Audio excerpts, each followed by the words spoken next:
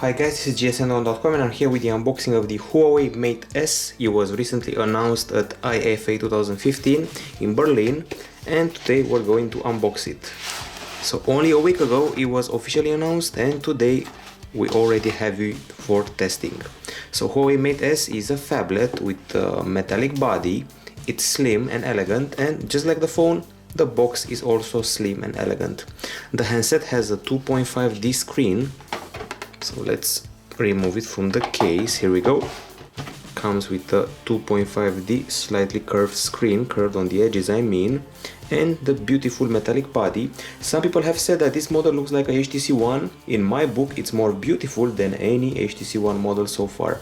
If you ask me, this is better looking than the HTC One M9 by far. Okay, so this elegant box hosts the Huawei Mate S that can be pre-ordered from September 15th, and the basic price tag is 649 euros for the 32GB model and 699 euros for the 64GB model.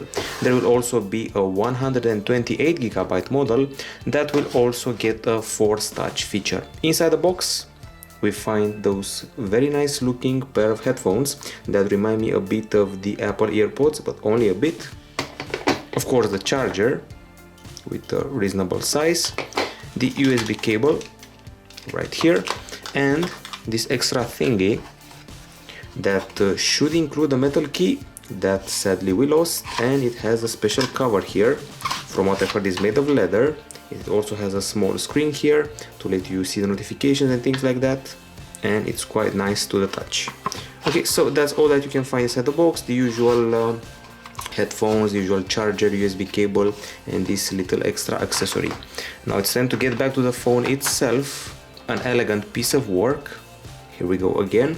As I said, it's a phablet, and on the back it has a fingerprint scanner that also supports special gestures. Now let's turn the device on and see what it does. As I said, starting at 649 euros, which is quite reasonable.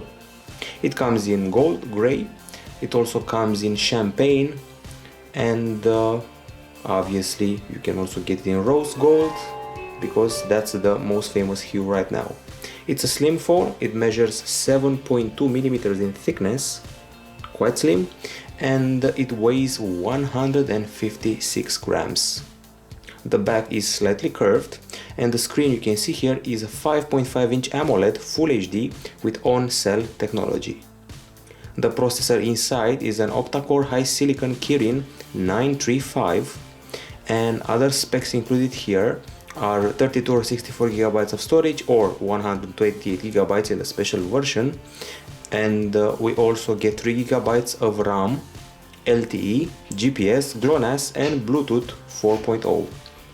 We also have a 13 megapixel back camera right here that you can see, with RGBW sensor, optical image stabilization, and a dual tone flash. We also have the front 8 megapixel selfie shooter. From what I've heard, it should also have a special flash for selfies that should be here somewhere. The software experience, well, we're dealing here with Android 5.1 and Emotion UI 3.1.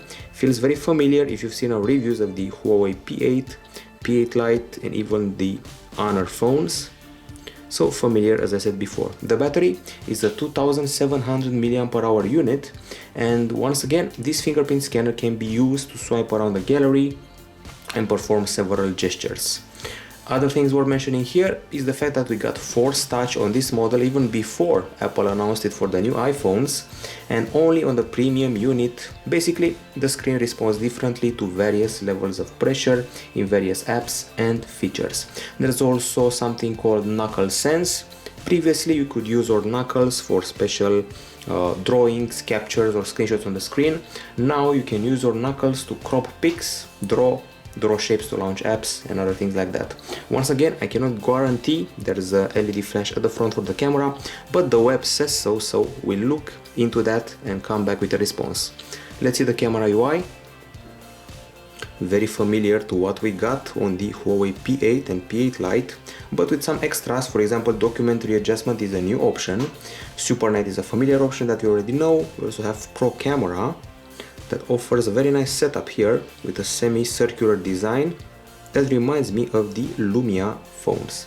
Once again, the Huawei Mate S, one of the most promising Huawei phones from this year and from the past 5 years, let's say. It's slim, it's nice looking, it has the revolutionary fingerprint scanner and force touch that I'm curious to feel, of course not on this model but on the other one. Anyway, very nice to get it, and 649 euros price tag for the Mate S, and a review coming at gsmdome.com soon. Bye bye.